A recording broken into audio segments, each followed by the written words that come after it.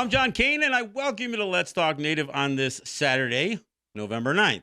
While this program may not provide a path to spiritual enlightenment, we do encourage and in some cases start conversations. We don't do prayers and we don't do buffalo speeches. We take a tough look at history, oppression, and survival. We talk about culture, the arts, politics, and identity, and we may step on a few toes along the way. But our real goal here is to bring people together by breaking down what separates us. We will take on the false narratives and provide critical thinking to all that is heaped upon us, and we do it all right here from the Cattaraugus territory of the Seneca Nation. So let's talk Native. But first, let me remind people that we stream this audio on our website, which is letstalknative.com. We stream video of the show on Facebook Live, so you can catch that on a variety of group pages that my wife shares to and others. We take the sound or the audio and we put it up on SoundCloud for podcasts, and we take the video and we put it up on our YouTube channel, which is Let's Talk Native TV. So I encourage you to subscribe to our podcast and subscribe to our YouTube channel so you can catch not just these conversations, but even some of the shorter pieces that we put up as well.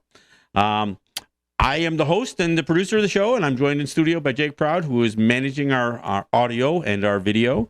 And, well, let's get into it. First, let me, I guess, I got to apologize for what happened on my last attempt at doing a show.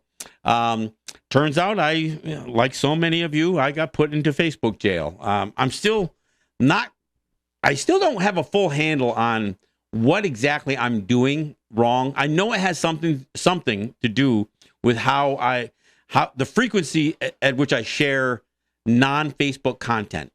I mean, when I share my Facebook live stream, I can share it, as many times as I want on all the group pages that I'm a part of. But when I share my YouTube videos or a link from something else, if I share that too many times, I get suspended for 24 hours. And the problem that I had last week is I didn't know why I couldn't connect. I thought I was having an internet problem. I was jumping through all kinds of hoops trying to get this to work, and it wasn't until a half hour in that I finally figured that I was in Facebook jail. I do have a workaround. I could have just streamed from my personal profile page, but by then I was already frustrated, annoyed, and, well, more than that, I was pissed off. So again, had my wife make an announcement, and I made an announcement that I was in Facebook jail. Funny thing about that is my wife posts that I'm in Facebook jail, and somehow that got twisted around, and my good friend Paul Delarone, who joins me on the show so often, called my wife the next day and said, "So what's going on? I heard John was in jail again."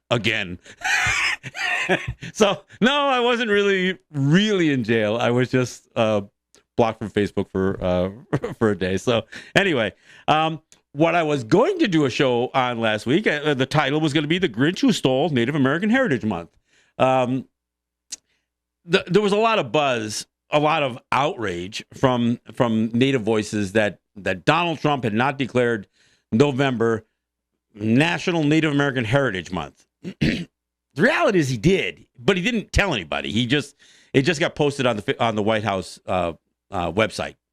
He didn't do any, proclamation, didn't make any announcement, didn't do a press statement, or no media attention got drawn to it. However, he did decide that he was going to turn it into American History Month, or Founding Fathers. I call it Founding Fathers Commit Genocide Month.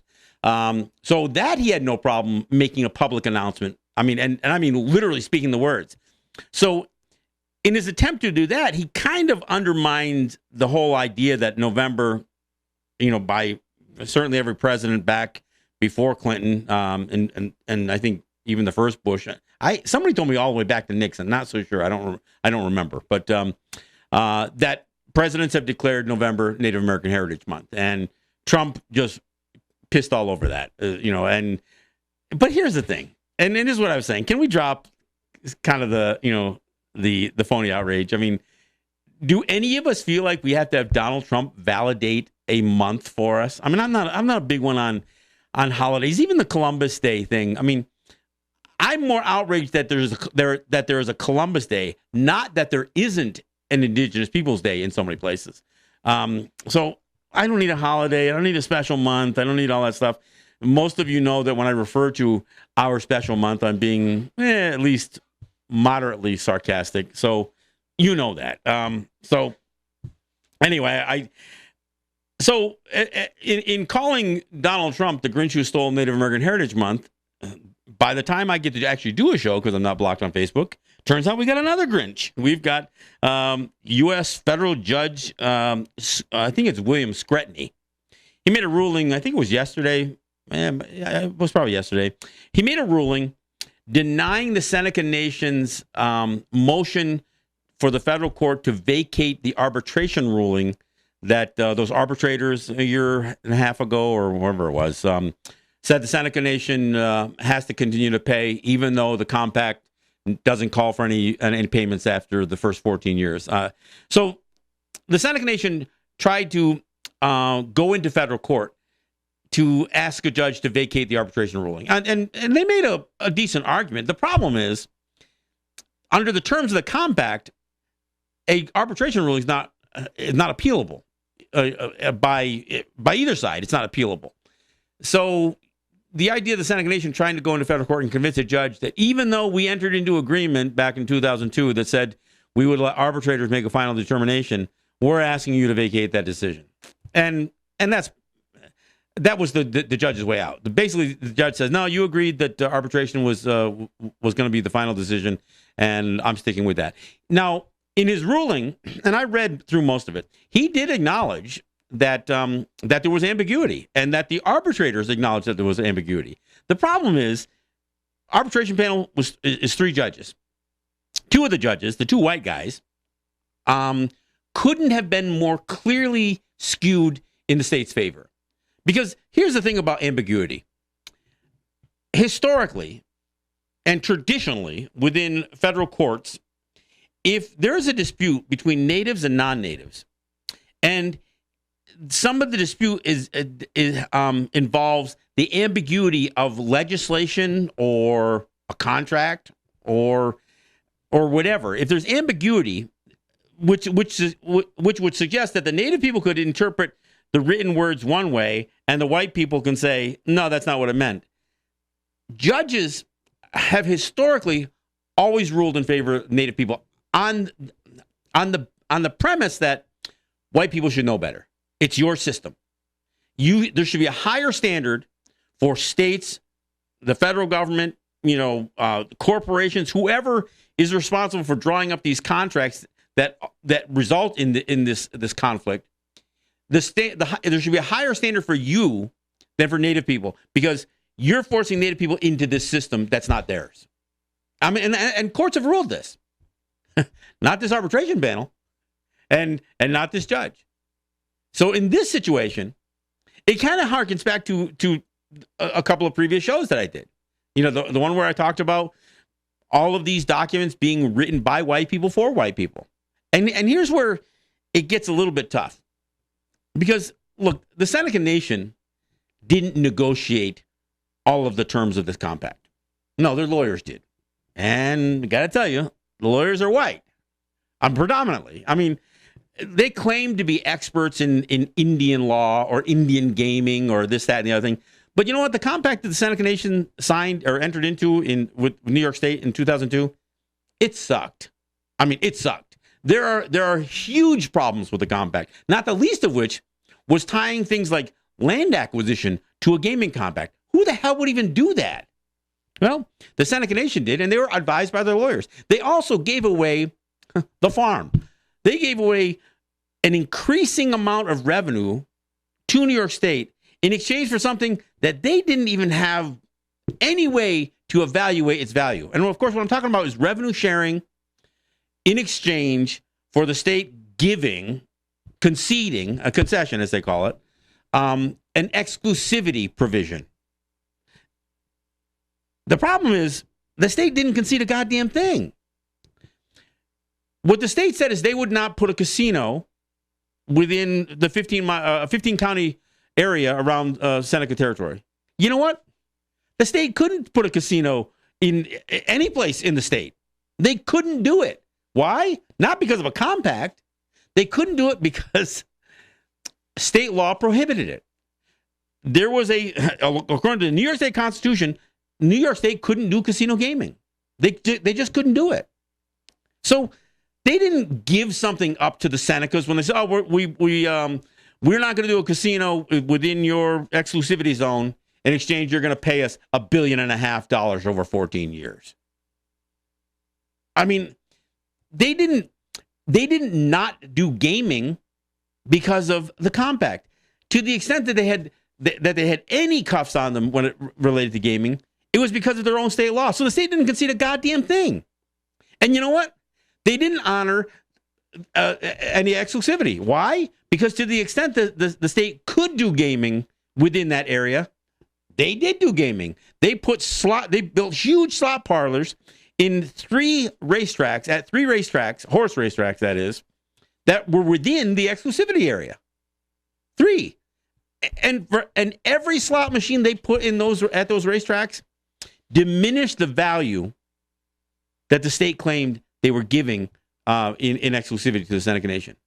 So during that first 14-year period of this revenue sharing, not only did the Senecas go from paying 18% of the net slot drop of slot machines to 22% to 25%, so they paid an ever increasing percentage as the value of the exclusivity became worth less and less, or as I say, became worthless.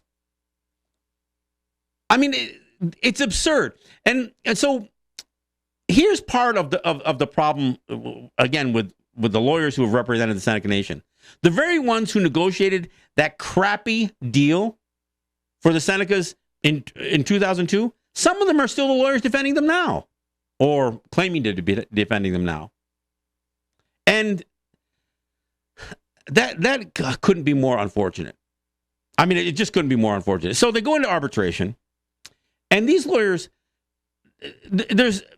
their feeling is the language is clear. And honestly, the language is pretty clear.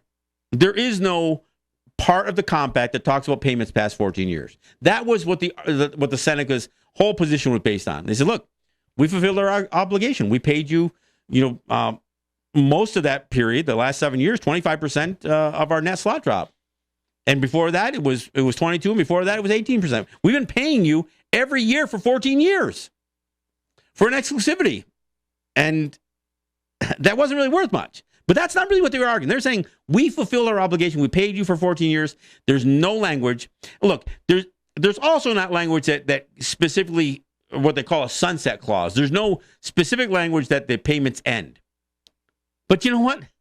There shouldn't have needed to be, because there's a schedule that says you pay this much through 1 through 4. You pay this much, 18 for years 1 through 4. You paid 22 from years 5 through 7, and you paid 25% from year 8 to 14. And no language past that. I mean, any language that talks about an automatic renewal doesn't address revenue sharing. That's the whole position the Seneca Nation had. But it didn't have to be the only position the Seneca Nation had, because. And I got to say this clearly, and I've talked about this before. Federal law prohibits states from taxing native gaming. So whatever the state does to their slot parlors within the Seneca Nation exclusivity zone, Hamburg Fairgrounds or racetrack, Batavia Downs and Finger Lakes racetrack, whatever those state licensed entities have to pay, that's a tax.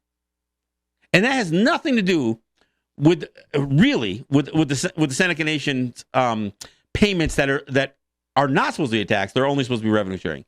And to distinguish the two, the Interior Department made it very clear that a revenue sharing has to pass the test to prove that it's not a tax. And that test is simple. It says whatever the state gives for that revenue sharing has to be substantial and quantifiable. And both of those things are problematic, because by substantial, what it means is whatever the Seneca Nation is buying with this revenue sharing, it has to be worthwhile to them. It actually has to be more valuable to the Seneca Nation than what they're actually paying. Otherwise, why do it? I mean, you just don't pay somebody for something if you don't get something that you really want or need. And the fact of the matter is the Seneca Nation didn't need what the state offered. The state already couldn't do a casino in their backyard. They couldn't build a casino in Niagara Falls or Buffalo. Now, I know eventually the state did change their constitution, and they did approve building 4 casinos, but only 4. And those had to be done in a very site specific. One, between Rochester and Syracuse. One really downstate. Now, did they pick these places specifically to avoid the exclusivity zone? No, they really didn't. So Saratoga Albany, Schenectady area, Rochester, Syracuse area, downstate, and then another one closer to New York City in the Catskills. Those are picked because gaming experts felt like those were the areas that they could produce a performa that would say this is what we can do here.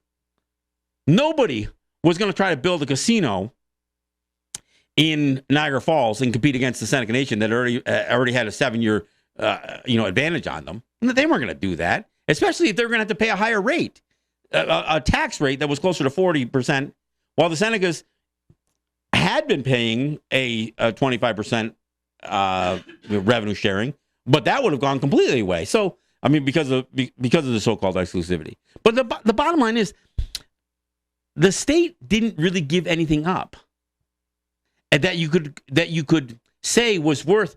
And again, let me speak clearly. Over the 14 years of this, the first 7 years, and then the next 7 years, over that period of time, the Seneca Nation paid $1.5 billion to the state. 1.5, almost 1.5. It's over 1.4, just under 1.5 billion with a B to New York State. There is no freaking way that the state could say, "Oh yeah, what we gave you was worth that," because you know what? They took market share. At the same time, the Seneca Nation is increasing the amount they're giving to the state each quarter. The state is adding slot machines right within their exclusivity zone, and then ultimately change their constitution so they can build a casino right at the doorstep of their exclusivity zone. And look, even if the Lago Casino doesn't violate the exclusivity zone, it doesn't have to.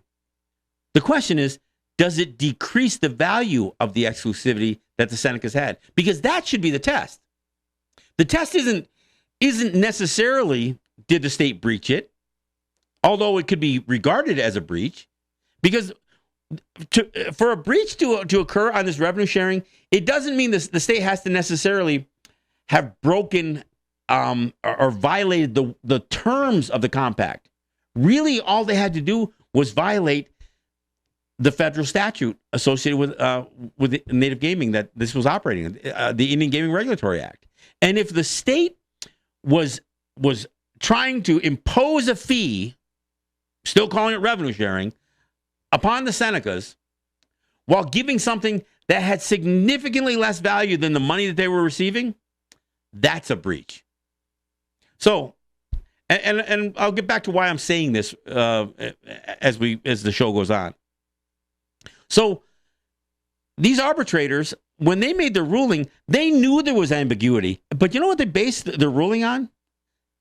And this should be problematic for the state. But what they based their ruling on was, yes, there's ambiguity, but it's obvious that if the Senecas don't pay, then they'd be getting something for nothing. Now, that's what 2 of these arbitrators said. The 2 white guys. They never really buckled down to say, okay, but what is that something you're getting?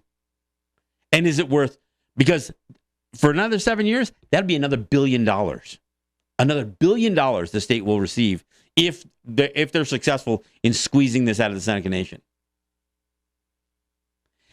And here's the problem. Here's my complaint against the Seneca Nation lawyers. They didn't make this compelling argument. They may have mentioned during these arbitration hearings that, we're not really getting a value for that. But they should have pressed this issue. They should have forced in arbitration, not only made the argument that the language was clear, that it was only for 14 years, because part of the reason the rationale for the Seneca Nation to believe beyond the language that this would have sunsetted in 14 years was that the state's plan was to be fully involved in gaming after a period of time, and that they would not be really granting an exclusivity of value to the Seneca Nation. See, here's the other thing they didn't do. During this arbitration hearing, they never said, let's get the people from the state who we negotiated this deal with in 2002. Let's get the Pataki administration officials on. Let's get some of their lawyers in here, and let's ask them. Let's flat out ask one of the lawyers for Pataki, because that's who the governor was when this compact got signed. And keep in mind, Pataki was a Republican, governor's and Cuomo's a Democrat. So, if the Seneca Nation had dragged in some of these lawyers who represented Pataki and said, so explain to these arbitrators, did you screw up? Did you demonstrate a level of incompetence by not putting specific language in the compact that would extend revenue sharing past 14 years? Or did you acknowledge that these payments would only be for 14 years? Because either you had the same interpretation that the Senecas did, or you demonstrated a level of incompetence that that sent a false message and a false signal to the Seneca Nation. You sent a message either by mistake or on purpose, and this is what we need to determine. You sent a message to the Senecas that you only have to pay us for 14 years. So you, the lawyers for the Pataki administration, is it your testimony that this was just a blunder, a complete mistake by you and the bevy of lawyers that represented New York State at the time? Or was it your understanding that after 14 years, the state would likely be involved in enough gaming that the exclusivity zone that you claim to be offering wasn't really worth much? See, that should have been part of that conversation. And the Seneca Nation lawyers did neither. They didn't make a compelling argument that their exclusivity zone had diminished to the point that it certainly wasn't worth 25% of the net slot drop, or that really the state ever really conceded anything. So when you get these two white guys on the arbitration panel saying, well, if you don't pay 25% of the net slot going forward, then you're getting something for nothing. Well, then you as an arbitration panel, you need to make sure that that something that you're claiming the Senecas are getting is worth more than nothing. And they didn't do that. And so when Bill Scranton hears this case, he basically defers to the white guys. So in spite of the ambiguity, in spite of the fact that the lawyers who negotiated on behalf of New York State failed to put any language in there about payments past 14 years, and either breached or the exclusivity, the spirit of the agreement right almost from day one, or at very least diminished the value of that over that 14 years. And now that the state is in full-fledged Class 3 gaming mode, the exclusivity has little value. And, of course, the exclusivity also lost value beyond the state's control. I mean, there's gaming on the Canadian side that has expanded. There's gaming in Pennsylvania. There's gaming in Ohio. There's gaming pretty close to where the Seneca Nation exists. So the exclusivity that the state claimed to be offering didn't ever really give the Seneca Nation some great competitive advantage. They certainly did not have an area wide enough of non-compete that warranted paying the state $1.5 billion. This is the failure of lawyers. And like I said, these laws, these proclamations, these declarations, all this language written by white people for white people.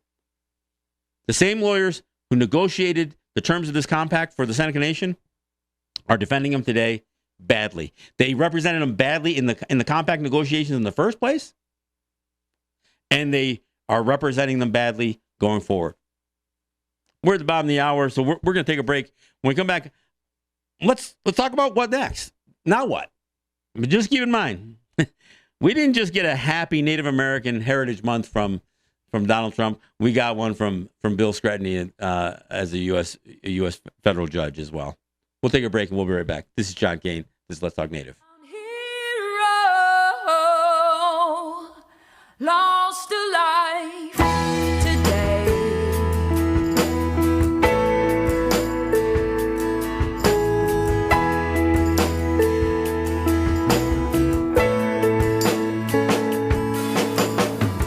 Folks try their best, but sometimes it's just hard to explain.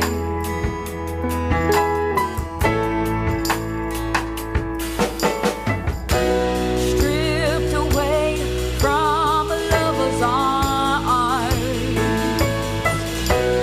carried off on the wings of love, and I'll be waiting to see your face again. I'll be waiting, oh, waiting, yeah. Though I didn't have a chance to say goodbye, I'll say hello in the afterlife, just like the first time we met. Sometimes I wish on a falling star, and I wonder how high up you are. Thinking to myself, oh, it feels so nice to believe in another world, and I'll be waiting to see your face again. I'll be waiting, oh, waiting, yeah. Though I didn't have a chance to say goodbye, I'll say hello in the afterlife, just like the first time we met. And you, oh, you give me the sweetest memory. And you, oh, you'll always, always mean the world to me. And that's why I'll be waiting to see your face again. All right, thanks for coming back. This is John Kane, and this is Let's Talk Native, and we are talking Seneca Nation issues, and I've talked about these issues plenty of times before, but because of a federal judge's ruling yesterday, I believe it's important that people understand what's really going on here. Before I get right back into a couple of things, let me first acknowledge and thank my sponsors. I want to thank Ross and Holly John and the RJE family of businesses. I want to thank Eric White and ERW Enterprises and the good folks at GRE and Native Wholesale Supply. GRE is Grand River Enterprises for supporting the work that I do here and the conversations that I have here. It's unfortunate that we don't have spokespeople who are willing to be clear about these issues. And I'm not blaming, the president and the Seneca Nation or anybody else specifically, but we can't expect people to understand what these circumstances are if we don't have articulate, thought out voices that will explain these situations. And that's what I try to offer here. Now, is my opinion biased? Well, the nature of an opinion is to be biased. So yes, it is. And, look, if you don't agree with some of what I'm suggesting here, that's fine. But you should know what some of these, the facts don't change. My opinion on those facts, might be skewed, but the facts don't change.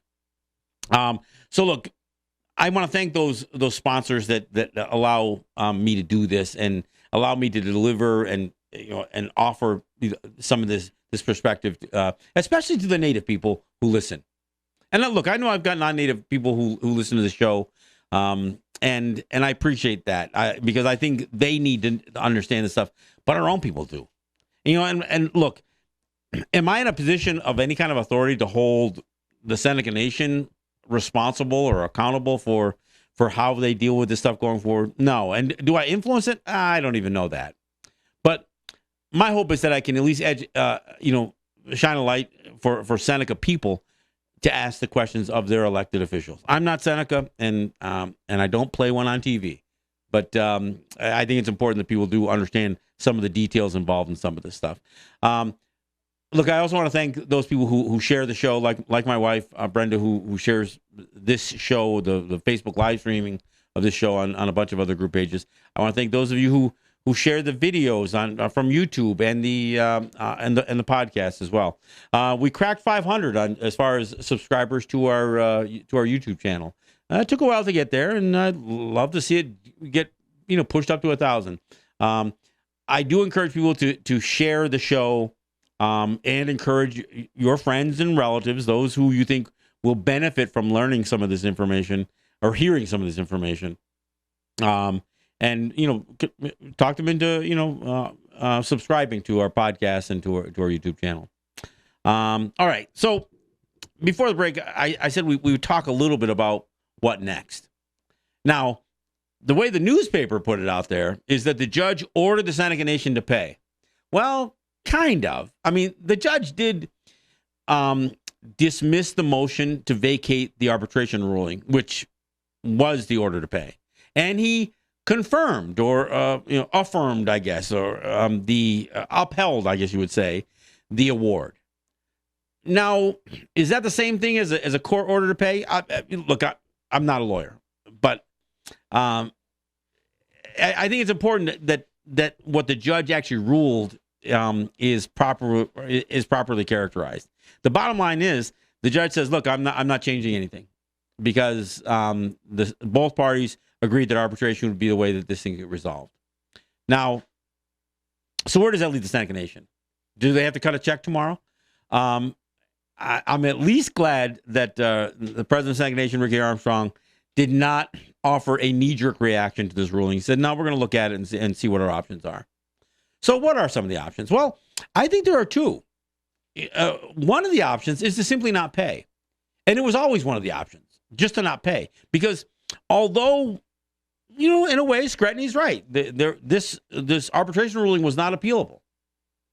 The only language in the compact that talked about the use of federal courts beyond the arbitration is if the prevailing party had to use the federal courts to force payment. Now, and here's where it gets interesting, because if the Seneca Nation doesn't pay, and the state has to bring the Senecas into federal court, which is a little different than what just happened. What happened was essentially the Senecas initiated the case in federal court. But if the state has to do it, here's where the Seneca Nation does have an opportunity. Because as I said in the first part of the program, the arbitrators opened up a box.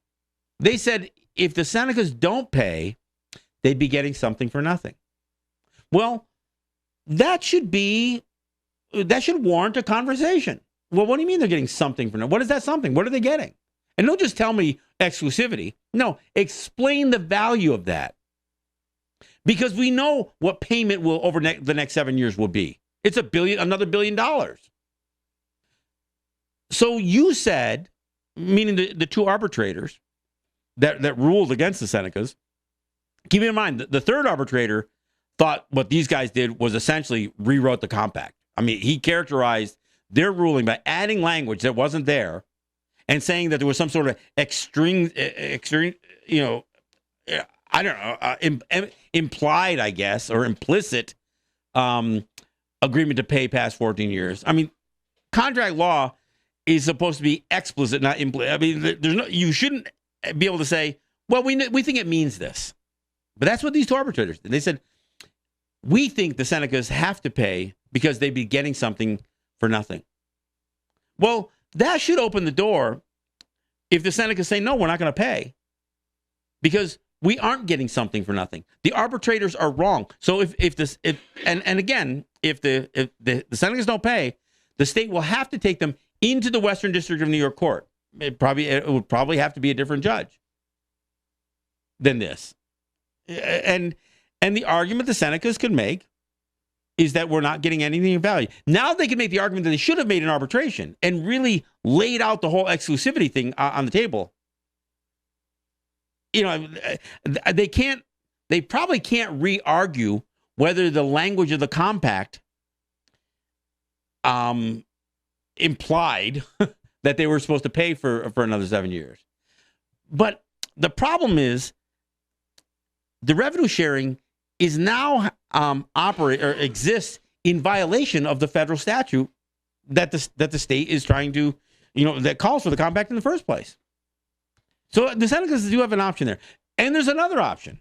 The other option is that the Seneca Nation calls what exists now as revenue sharing a breach and says, no, we're going to escrow the payment back from when we stopped paying because we don't feel that the state is in compliance with the federal laws associated with revenue sharing. So we're calling it a breach. We're calling it a breach because we aren't getting something that is quantifiable or substantial. And you know what? Look, the quantifiable thing should be easy, right? I mean, that's the federal statute. The federal statute says you have to provide something that is substantial and quantifiable in exchange for revenue sharing. Then quantify it. I mean, it should be easy. Because if you're getting paid, if you're getting a payment, you should be able to tell exactly what you're getting paid for. And not some just general statement from, two white guys on our arbitration panel saying, well, you'd be getting something for nothing. No. Don't tell me I'm getting something. You tell me, and you should have forced the state to provide detailed accounting that could quantify the value of the exclusivity zone. We know what the payments are. It's just 25% of the net slot drop, which is almost like close to 50% of the slot revenue. Because that 25% of the net slot drop, that's 25 off the top right after payouts. The Senecas have to cover all of the expenses of the casino out of their 75%. So by the time you cover the cost of the machines, the casino, and upgrades, and staffing, people, slot attendants, even bartenders and cocktail waitresses, you've taken a huge chunk out of what should have remained of the Seneca Nation cut of these slot machines. But this is still an option. It seems to me the Seneca Nation could use the system that they agreed to. A bad decision to be, again, the terms of spelled out in the compact that ties them to another white system of justice, because it doesn't matter that it's not court. I mean, this arbitration panel was stacked against them. 2 white guys to 1 native guy. And the native guy, although he ruled properly, I mean, that guy's about as assimilated as as any native person could be. I mean, he's worked in the system. He's a lawyer. I mean,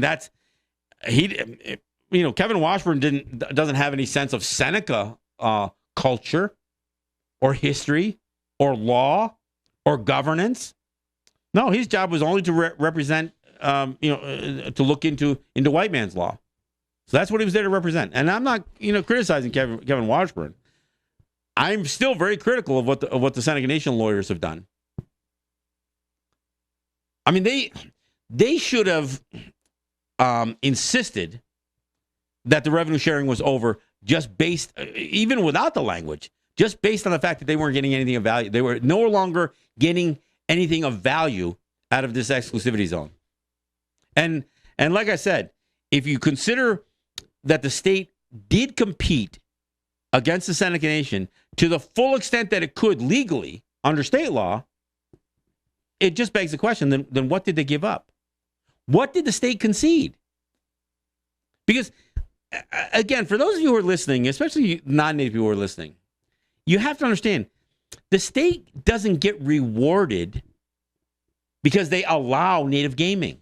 I know some of you are thinking that. I saw a lot of the posts. Oh, the state's got to pay, the Senecas got to pay something. The Senecas could pay for services. And in fact, the Senecas were paying for services from the state. And even that became difficult because when the Seneca Nation told the state, the regulators and others, even the state police, if you're going to submit a bill to us, we need an item. Don't just send us a bill for $60 million. You better tell us what the hell you did for that $60 million. And the state couldn't do it.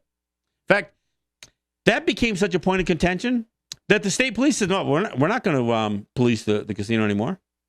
Even though they had essentially a written agreement to compensate the state police. So then some of that stuff fell on the city of Niagara Falls police. And you know what? The Seneca Nation says, look, if we have to do a service agreement, let's negotiate a service agreement. But, you know, the former mayor, I can finally say former mayor, Deister is no longer the mayor of Niagara Falls. Jeez. The former mayor just refused. And you know what? The rest of the politicians, Democrats and Republicans in Niagara Falls, they refuse to. And especially the Democrats. They just packed in behind the governor and Paul Deister. We'll see what happens going forward with a new mayor of Niagara Falls. But I guarantee that with this judge's ruling, the new mayor of Niagara Falls and the current mayor of the Democratic mayor, the new mayor of Niagara Falls is a Democrat. The mayor of Buffalo is a Democrat, although he's mired in his own problems right now with the federal government, the FBI raiding the city hall. I mean, who the hell knows what's going to happen there? And of course, the mayor of the city of Salamanca, I guess he's a Democrat. I mean, he's supposed to, I mean, he's Seneca, but he seems to be, again, more packed in behind the governor. And the governor's immediate statement was, we said all along the Senecas had to pay. And the judge said they have to pay. Well, honestly, I hope the Senecas don't pay. I hope they fight this all the way through. And here's one of the things that what the Seneca Nation was trying to do with this court case, by the way. It wasn't just the idea. They weren't just asking to vacate the arbitration rule. That was one of the things they were asking for. The other thing they asked for is, Judge, help us push the Interior Department into making a determination on the revenue sharing. Because the Interior Department said, you know what? We don't usually jump through the hoops unless both parties ask us. Well, I guarantee there's no way in hell that the state was going to say, Interior Department, let's have you review this revenue sharing agreement. And you know why the state wouldn't do it?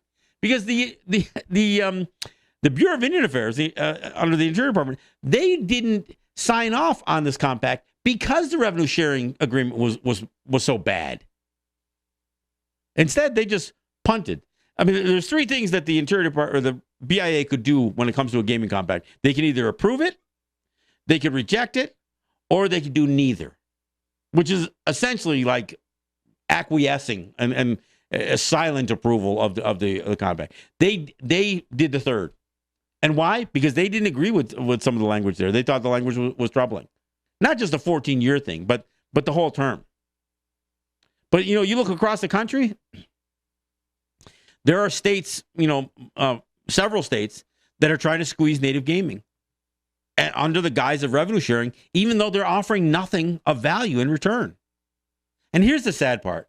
As Mohawks and Senecas, we've earned a reputation, across, really throughout the world for standing up to the state and federal government, especially standing up to the state government. I mean, I've traveled with guys like Ross John, to Blackfoot territory and to the Northwest and the Plains and different places, and you could almost hear it when you're talking to me. Oh yeah, we know you Senecas and you Mohawks. You guys really stand up. I don't know that we have that reputation. I don't think we earn that reputation anymore. What the Senecas agreed to in a compact was terrible. And it didn't just hurt the Seneca people. It hurt everybody. You know what the governor in Oklahoma wants? Out of his native, the native gaming facilities in Oklahoma? He wants to make as much money as the state of New York is making. He wants 25%. Ooh, where did that number come from? The Seneca Nation's bad compact cost everybody. Oneida didn't pay 25% until recently. Where did that number come from? Came from Seneca territory. Akwesasne, they agreed to 25% too, after the Senecas did. No, the Seneca Nation didn't raise the bar for conditions for Native people in gaming. They lowered it. They raised it for the state. They improved, and they gave the New York State $1.5 billion in 14 years. $1.5 billion. And if they do agree and just cut a check for what they owe and plan to pay 25% going forward, through this, through 2023, they will have paid another $1 billion. Or not. Because if they don't, if that number doesn't equal $1 billion after a 7-year stretch, it's because they already lost market share to the state. The very thing that they're supposed to be paying the state for. A protection of their market share. They didn't get protected from, their market share wasn't protected by a state agreement. The state trampled on that market share and took some of it. They took it at every one of these racetracks, and they took it with a casino just on the fringe of their exclusivity zone. And you can hear ads on you can see them on television, you can hear them on radio, advertising right here in Western New York for Del Lago Casino. Look, what the Senecas agreed to in 2002, look, you could argue what they agreed to was, it was a bad deal. But they didn't know any better. And you know what? The lawyers who represented them, the gaming expert lawyers, they clearly didn't know any better either. They weren't gaming experts. What they did is they went down a path that made it easy to get a compact agreement. I mean, they threw a portion of the Seneca Settlement Act into the compact. They agreed with New York State that they would limit the amount of lands that they purchase under the terms that reacquire under the terms of the Seneca Settlement Act. They agreed to reduce their land acquisition funds down to $5,000 after they purchased 2 parcels for gaming in Niagara Falls and Buffalo. And they also agreed that any land purchase that they made would be for non-commercial purposes. So they bought land up in Niagara Falls and put a golf course on it, old hickory stick. They bought land and they couldn't take it off the tax rolls. I mean, that's land owned by the Seneca Nation, but it's not Seneca Nation land. Why? Because it's a commercial venture.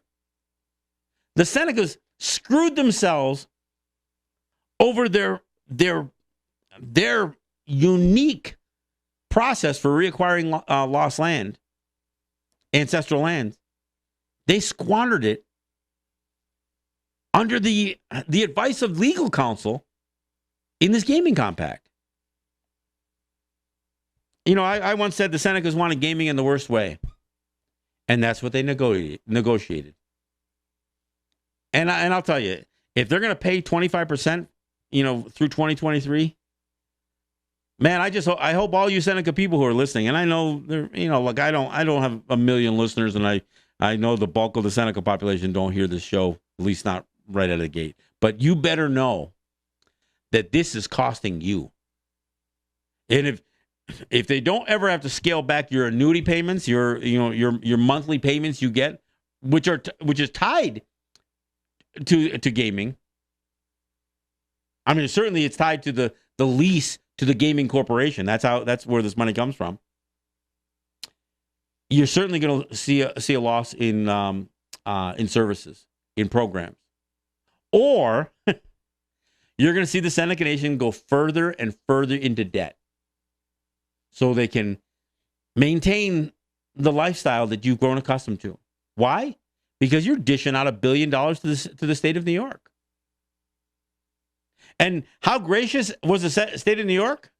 Look, there was a period of time where the Senecas had withheld payments because of this breach, right? And they negotiated a settlement on that revenue sharing. They had $600 million held in an escrow account, and they kept $200 million of it and paid $400 million. So they essentially the breach cost the state of New York $200 million of the money they withheld.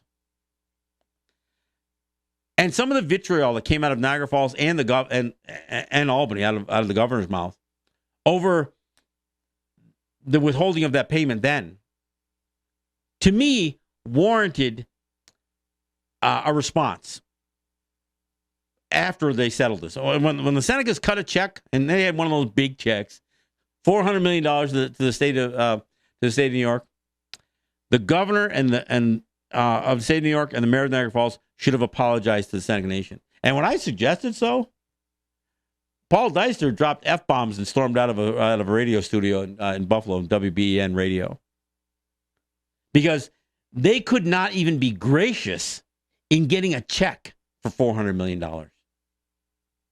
And I guarantee it doesn't matter if the Senecas start cutting checks to the state of New York that go into Niagara Falls, Buffalo, and Salamanca. Because those mayors couldn't give a rat's ass. Byron Brown's probably got bigger problems right now. And this new mayor in Niagara Falls, he would take any money that'll come his way. It doesn't matter. And I don't know, will he be grateful? I don't know. The last one sure as hell wasn't. And the tensions will continue to exist. Because, again, I see all the posts. When this ruling came from this Judge Cretin, I saw people, well, the Senecas got to pay. They don't have any basis for that belief. They just say it. Well, why would the Senecas have? Somebody posted this. Well, what would the Senecas have if not for the state and federal government? I'll tell you, they'd had their land back. Is what they would have. They would if they didn't have the state and federal government squeezing them on every damn thing from jurisdictional issues to land use issues and now to gaming revenue. Look, if you're a Seneca, you should be pissed that the state of New York is still as oppressive as they ever have been. And they're taking $1 billion. Look, and they're using every one of the systems that they're proficient in. Courts, arbitration, lawyering. They're using their system to screw you out of $1 billion going forward. And look, that's just a matter of fact. And I'll tell you, let the state of New York prove that they gave something up in the first place. They can't even prove that.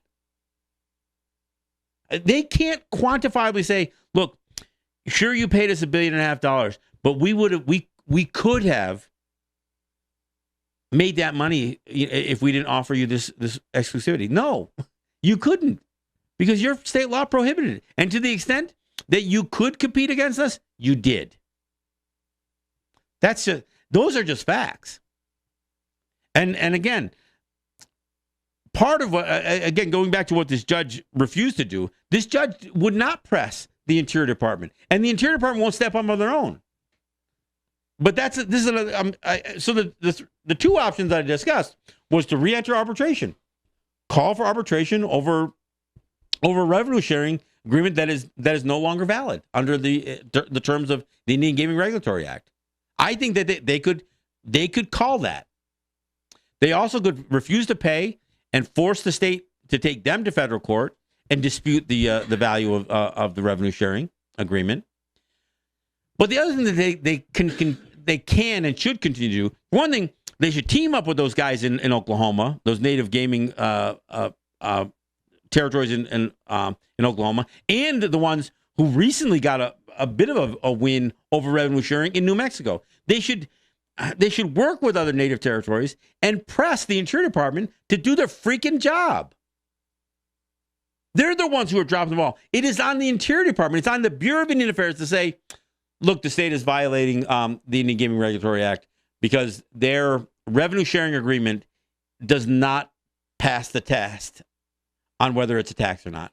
They are taxing. In fact, that's what the newspapers call it. The newspapers recently put one of the newspapers had an article that says, well, should native gaming be taxed at the same rate as non-native gaming? Why? Because they know this isn't revenue sharing. This is the state fleecing native gaming. And you know what? As far as the newspapers are concerned, native gaming should be fleeced even more. Why? I'll tell you why. Because their non-native gaming facilities aren't making the money.